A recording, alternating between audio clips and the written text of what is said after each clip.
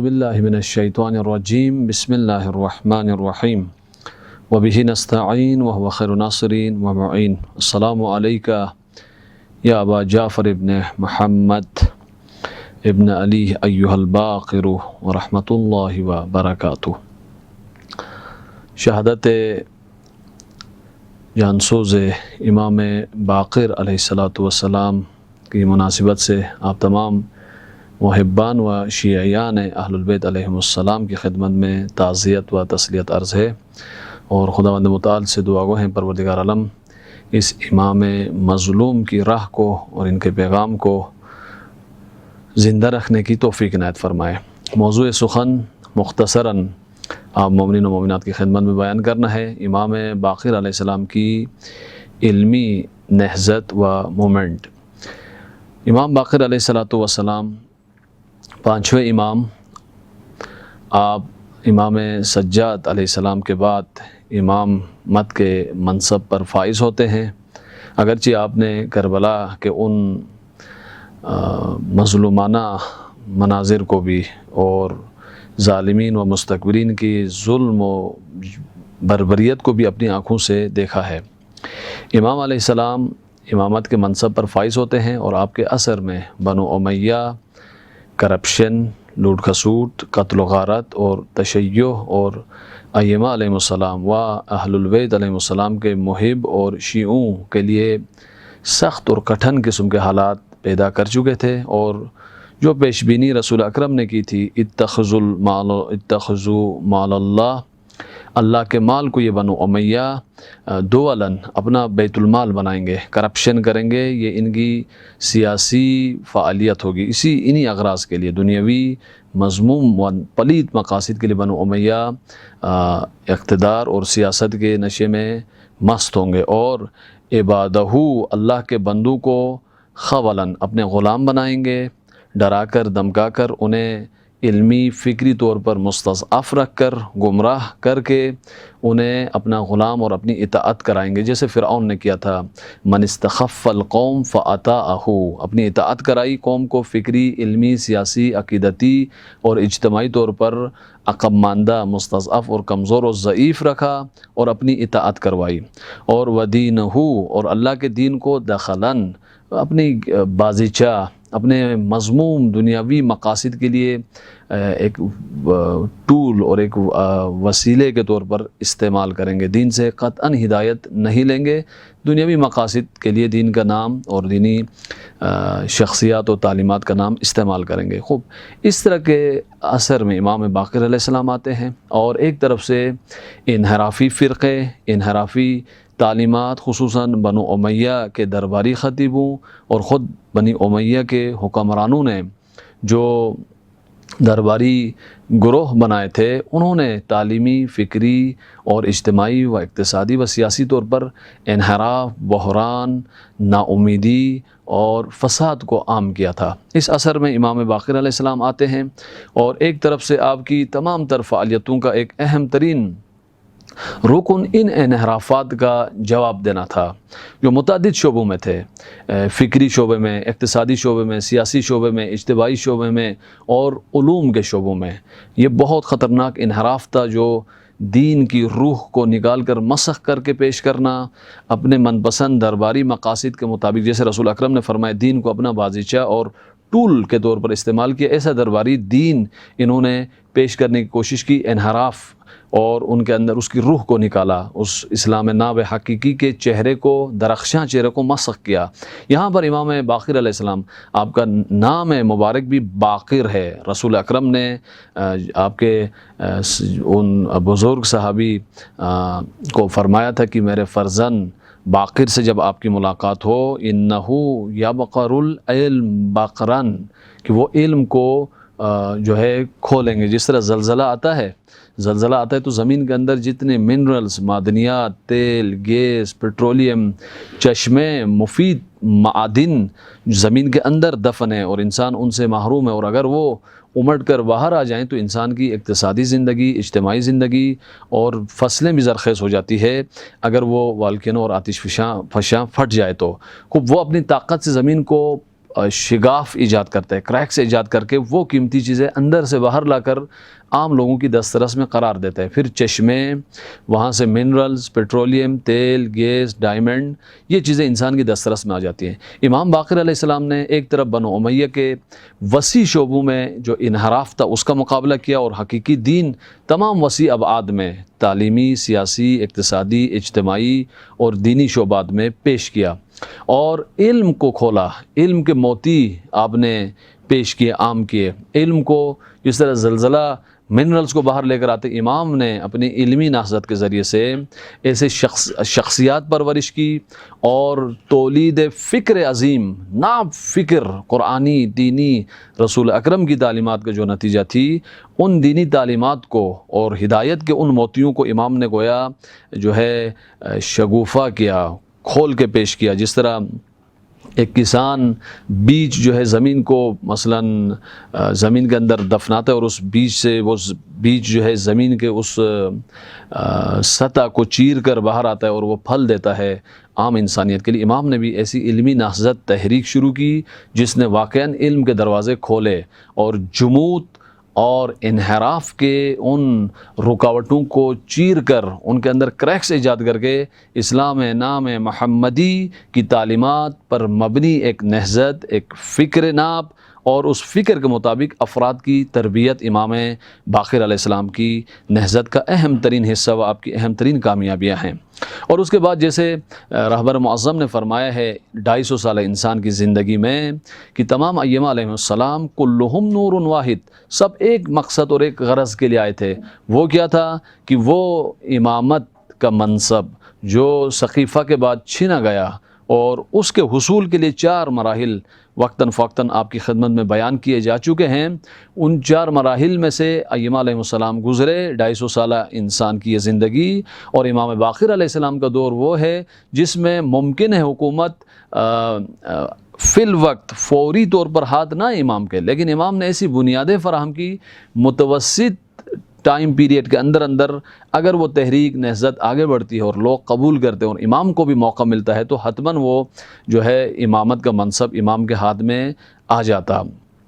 اس غرض کے لیے نظام امامت کی تبیین حقیقی معنی میں یہ عنوان تھا آپ کی اس تحریک کا، کلہم نور واحد، اسلامی حکومت کا قیام، یہ اصل عنوان و ٹائٹل تھا آپ کی نہضت کا۔ اور 400 شاگردوں سے ایک علمی تحریک کا آغاز کیا آپ نے، اور اس تحریک کے اندر برکت آئی، علم نام محمدی کو احیاء کیا، تولید کیا، فکر بنو امیہ کی فکر کے مقابلے میں قرآنی عاشورائی فکر تولید کی، تفسیر میں، کلام میں، اخلاق میں، اور متعدد شعبوں میں، فقہ میں، اور اس کے علاوہ ایسے شاگرد پرورش کیے امام نے جو نہ صرف اس دور کے بلکہ بعد کے لیے بھی تشیع کا فخر و ترہ امتیاز ہیں۔ یہ شخصیات زرارہ ابن اعین، یہ ایک سنی شخص تھے، اسے پہلے شیعہ بنایا امام نے جاذبیت کے ذریعے سے، اور اس کے بعد انہیں عالم دین بنایا، عالم کے بعد انہیں فقیہ بنایا، اور فقیہ میں بھی فقہائے اجماع میں ان کا نام ہے، اور ان فقہائے اجماع میں بھی افقہ الفقیہ، سب سے زیادہ گہرائی کے ساتھ دین کو سمجھنے والا اور امانت داری کے ساتھ پیش کرنے والا، اور مطیعا لامر المولا، اور اپنے مولا امام باقر و امام صادق کا مطیع، ایسے فقیہ کی پرورش کی، محمد ابن مسلم ہوں، زرارہ ہو، رجلی ہوں، اور متعدد آپ کے شاگرد ہیں، متعدد شعبوں میں ان کی پرورش کی، اور ان شخصیات نے امام باقر علیہ السلام کے پیغام کو پھیلایا، اور تشیع کو بنو امیہ کی ان سازشوں میں جس میں طے یہ تھا کہ ائمہ کے نام کو بھی مٹانا ہے، ذکر کو بھی ختم کرنا ہے، زندہ کیا۔ اور اس کا اعتراف امام باقر علیہ السلام نے بھی فرمایا کہ ہمارے یہ 4 افراد نہ ہوتے تو ہمارا دین ختم ہو چکا ہوتا، اور ائمہ معصومین کی زحمتیں معاذ اللہ ختم ہو چکی ہوتی۔ خوب جس دور میں امام آئے، انحراف کی اندازہ لگائیں، اولاً متعدد فرقے بنا گئے۔ مفوضہ جو ہے ایک فرقہ تھا، ان کے بقول انسان ہی مختار ہے۔ خوب دوسرا خوارج تھے باقی، اور ان سے باقاعدہ امام نے مناظرہ بھی کیا۔ عبداللہ ابن نافع، ان سے باقاعدہ امام نے بات کی، گفتگو کی، حجت تمام کی۔ اور انما الاعمال بالنیات، امام نے فرمایا آپ کے اعمال پر نیتیں حاکم ہیں۔ اور یہ شخص امام سے متاثر ہوا، متاثر ہونے کے بعد اور اس نے اعتراف کے واقعاً خدا نے جو قرآن میں فرمایا تھا کہ اللہ ہی بہتر جانتا ہے کہ اپنی حجت حکمت کو کہاں قرار دے، اور خدا نے واقعاً عدل سے کام لیا ہے کہ حکمت کو، علم کو، ہدایت کو امام باقر علیہ السلام کے سامنے قرار دیا، متاثر ہوئے، اس طرح سے مبارزات کی، ان کے انحرافات کا مقابلہ کیا، حجت تمام کی، البتہ منطق کے ذریعے سے، عقلانیت کے ذریعے سے، جذباتی پنے کا شکار قطعاً نہ امام ہوئے، نہ امام نے اپنے شاگردوں کو اس طرف جانے دیا۔ اس کے بعد غالی تھے، اور غالی بہت ظلم انہوں نے کیا۔ امام نے فرمایا یہ یہود و نصارہ سے بدترین ہیں، کیوں؟ یہود و نصارہ کھل کر دین کے مقابلے میں آتے ہیں، اور غالی غلو کرتے ہیں، اور یہ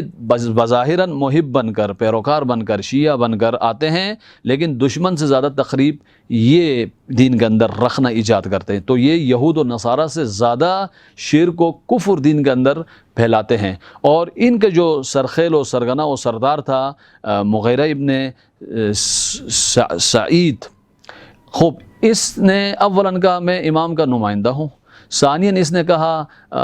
روح جو ہے معاذ اللہ، روح خدا امام علی کے اندر حلول کر گئی ہے، پھر کہا روح خدا معاذ اللہ امام باقر علیہ السلام میں حلول کر گئی ہے۔ امام نے پھر اس سے سختی سے کام لیا، ان کی مذمت کی، اور پھر کہا کہ میں خود نبی ہوں، خدا کی روح میرے اندر حلول کر گئی ہے معاذ اللہ، اور اپنے آپ کو پیغمبر بھی کہنے لگا۔ بظاہراً عنوان شیعہ کا رکھا، محب امام باقر کا رکھا۔ امام باقر علیہ السلام نے اپنے اصحاب کو کھل کر فرمایا کہ اس کی مثال آپ بنی اسرائیل کے وہ عالم جس کا ذکر سورہ اعراف کی آیت نمبر 175 میں ہے، بلعم باورا مثلہم کمثل الکلب، اس بنی اسرائیل کے عالم کی مثال کتے کی ہے جس نے اپنے دین کو فرعون کے دربار کے سامنے بیچ دیا تھا، اور حضرت موسیٰ کو گرفتار کر کے فرعون کے حوالے کرنے کے لیے گدھے پر سوار ہو کر آیا تھا، اپنی پوری دین اور دینی منطق اور شخصیت و معنویت کو بھی فرعون کے دربار و فرعون کی خوشنودی کے لیے استعمال کی۔ تو خدا نے اسے عبرت کا نشان بنا کر فرمایا یہ ایک شخصیت کا نام نہیں ہے، یہ ایک پورے کردار کا نام ہے، ہر دور میں ریپیٹ ہوگا، تکرار ہوگا۔ امام باقر علیہ السلام نے اپنے اصحاب کو بتایا یہ جو مغیرہ سعید ہے ہمارے زمانے میں، یہ وہی بلعم باورا ہے جس کا ذکر قرآن میں کیا گیا ہے۔ اس نے دین و دینی اقدار و دینی شخصیت کو بنو امیہ کی خوشنودی اور بنو امیہ کے دربار میں کوئی مقام حاصل کرنے کے لیے دین کے اندر یہ رکھنا اور یہ تخریب ایجاد کی ہے۔ یوں امام نے اپنے اصحاب کو، شیعوں کو، موالیوں کو اس طرح کے افراد سے بچایا اور مقابلہ کیا۔ فرقہ مرجئہ، انہیں کہا الارجاء دین الملوک، یہ درباری دین ہے، یہ بنو امیہ نے پیدا کیا ہے۔ خوب، اور یہ بعد میں امام باقر، امام صادق علیہ السلام کے دور میں خطابیہ میں بدلا، مکتب خطابیہ ابو الخطاب کے عنوان سے۔ انہوں نے کہا عقیدہ کافی، عمل کی کوئی ضرورت نہیں ہے، بس ہم امام صادق اور امام باقر کا نام لیں اور ان کی محبت دل میں رکھیں، نماز روزہ سب ساقط ہے، امام باقر ہی نماز ہے، امام باقر ہی حج ہے، امام باقر ہی روزہ ہے، امام باقر ہی خمس ہے، امام باقر ہی زکوٰۃ ہے۔ اور ان کی محبت جب ہم نے دل میں رکھی تو گویا ہم نے ان تمام چیزوں پر عمل کیا۔ امام صادق علیہ السلام نے اور امام باقر علیہ السلام نے اس انحراف کا بھی مقابلہ کیا اپنی علمی نہضت کے ذریعے سے، اور امام نے اپنے آخری وصیت نامے میں فرمایا لا ینال شفاعتی من استخف الصلاۃ، جو صلاۃ یعنی نماز اور عبادتوں کو خفیف سمجھے، ان کی اہمیت نہ دے اور صرف کہ عقیدہ کافی، عمل کافی نہیں ہے، شفاعت اہل بیت نہیں ملے گی۔ قرآن نے جہاں عقیدے کا ذکر کیا وہاں عمل کا بھی ذکر کیا، دونوں کو ساتھ ساتھ لے کر گئے۔ وہ عقیدہ ہی کیا جو عمل نہ کروا سکے۔ اس کے بعد معتزلی فرقے اور بنو عباس کا بھی مقابلہ کیا۔ امام نے علمی تحریک شروع کی، اولاً علم تفسیر میں تفسیر بالرائے کا مقابلہ کیا، اور اس کے مقابلے میں تفسیر بالروایات و تفسیر بالقرآن کی ایک بنیاد شروع کی، اور علامہ طباطبائی نے آج کے دور میں وہی امام باقر علیہ السلام سے الہام لے کر المیزان، فخر تشیع ہے یہ المیزان تفسیر قرآن، یہی یہاں سے استنباط کی۔ شان نزول جو غلط اور جعلی اور بنو امیہ کے مفاد میں لکھے گئے تھے، امام نے حقیقی شان نزول بیان کیے تفسیر میں، اور قرآن کو صرف اپنے زمانے میں ہی محدود رکھا۔ امام نے کہا قرآن سورج کی طرح جاری و مجرا ہے، یجری القرآن مجری الشمس والقمر، ہر روز نیا طلوع ہے، قرآن کے مصادیق ہر زمانے میں زندہ ہے۔ جس طرح بلعم باورا بنی اسرائیل کے دور کا تھا، آج کے زمانے میں امام باقر علیہ السلام کے زمانے میں بھی بلعم باورا تھا، یعنی قرآن کے مصادیق کو زندہ حالت میں آج کے زمانے میں بھی تطبیق کیا، اور امام نے زندہ قرآن کی تفسیر سکھائی۔ خوب، اسی طرح امام نے تفسیر میں شخصیات کو پرورش کیا،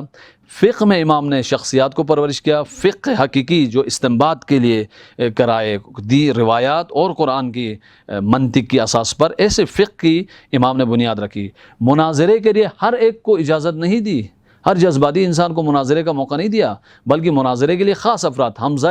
طیار، اسے موقع دیا، کہا یہ اگر مناظرہ کرے تو کوئی مشکل نہیں ہے، لیکن ہر ایک کو مناظرے کی اجازت نہیں دی۔ اور یوں امام نے ان تمام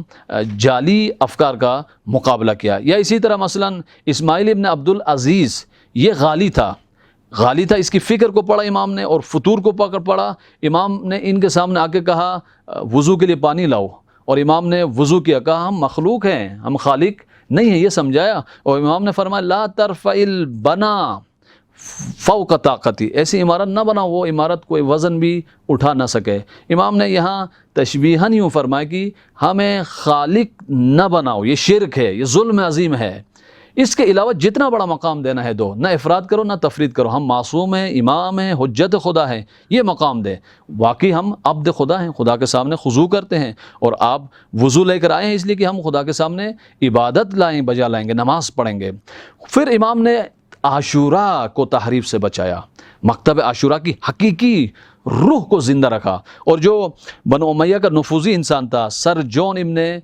منصور، یہ معاویہ کا بھی دفتر کا مشاور رہا، یزید کے بھی دفتر کا مشاور رہا۔ اس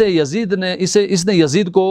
کوفے میں 61 ہجری میں سختی کرنے اور خشونت کی سیاست کا مشورہ دیا تھا۔ اس شخص نے کربلا اور تاریخ کربلا اور قیام امام حسین پر انحرافات ایجاد کیے تھے، اور آج بھی بعض فاسد کھوپڑیاں ہماری میڈیا میں بھی اسی یزید اور اس یزیدی فکر کے حامل شخص کے افکار سے متاثر ہو کر یزید کا دفاع کرنا چاہتے ہیں بہرحال، لیکن ہوتا نہیں ہے۔ خوب، امام نے اس کے بھی انحرافی فکر کا مقابلہ کیا، مبارزہ کیا، اور حقیقی کربلا و عاشورہ کے پیغام کو زندہ کیا، اور کربلا و عاشورہ کے پیغام کو خاص اہمیت کے ساتھ امام نے زندہ کیا۔ زمانے کے ہنر علمی تحریک میں ایک یہ بھی تھا کہ اس زمانے کا میڈیا شاعری تھی۔ کمیت جو بڑا انقلابی شاعر تھا، اس جیسے شعراء کی پرورش کی امام نے، اور انہوں نے حقیقی عاشورائی کربلائی و امام صادق و امام باقر علیہ السلام کی جہد کے مطابق جو ہے دین کو زندہ کیا، شاعری و ہنر کی زبان کو استعمال کرتے ہوئے اس زمانے کے میڈیا کو۔ ابان ابن تغلب، اسے 30,000 حدیثیں یاد تھی، انہیں کہا اجلس فی المسجد المدینہ و افت الناس، آپ فقیہ ہو، آپ مسجد مدینہ میں رہیں اور فتویٰ دیں، جو لوگ بھی فتویٰ قبول کریں دیں۔ یعنی مرجیت، فقاہت، اجتہاد امام باقر علیہ السلام کے حوزے کا نتیجہ ہے۔ جو مرجیت و اجتہاد و تقلید کا انکار کرتے ہیں وہ امام باقر علیہ السلام کا انکار کرتے ہیں۔ خوب فضیل ابن یسار کو تفسیر کا درس دیا، خوب جناب مسلم کو، اور اسی طرح محمد مسلم کو اور زرارہ کو جو ہے فقیہ بنایا، اور کہا یہ فقیہ اہل البیت علیہ السلام ہیں، اور انہوں نے ہمارے دین کی حفاظت کی ہے۔ یوں امام علیہ السلام نے قرآن، عاشورہ، کربلا اور دین کے اندر انحرافات کا مقابلہ کیا، اور حقیقی دین پیش کیا، اور حقیقی شاگرد پرورش کر کے اس مکتب کو منتقل کیا امام صادق کی خدمت میں۔ اور وہ 400 افراد کے ذریعے سے چلنے والی تحریک 4000 امام صادق علیہ السلام کے مکتب کے شاگردوں کی صورت میں بدلی، اور یہیں سے حوزے اور علماء کا ایک سلسلہ شروع ہوا، اور اسی حوزے امام باقر و امام صادق علیہ السلام نے بنیاد رکھی۔ اس حوزے نے انقلاب اسلامی کی صورت میں ایک بہت بڑا جہانی انقلاب برپا کیا، اور فرمایا امام خمینی نے یہ آغاز ہے، لیکن اس کا انجام انشاءاللہ اختتام امام مہدی کے ظہور کے لیے دنیا کے ماحول کو فراہم کرنا ہے، اور دنیا کے گنڈوں کو اور طاغوتی حکومتوں کا قلع کما کرنا ہے، اور لوگوں کے فکر اور ذہن کو آمادہ کرنا ہے۔ اسی لیے وصیت نامے میں امام خمینی نے فرمایا مجھے فخر ہے، ہم فخر کرتے ہیں کہ میرا تعلق مکتب امام جعفر صادق سے ہے، ہمیں فخر ہے کہ امام باقر علیہ السلام نے علم کے و ہدایت کے چشمے جو ہے پیدا کی پھوڑے، اور ہمیں اس امام پر فخر ہے۔ خداوند متعال سے دعا گو ہیں پروردگار عالم ہم سب کو امام باقر علیہ السلام کی شخصیت کے متعدد پہلوؤں کو سمجھ کر ان پر عمل پیرا ہونے کی توفیق عنایت فرمائے۔ وصلی اللہ علی محمد وآل محمد۔ اللهم صل على محمد وآل محمد، اللهم صل على محمد وآل محمد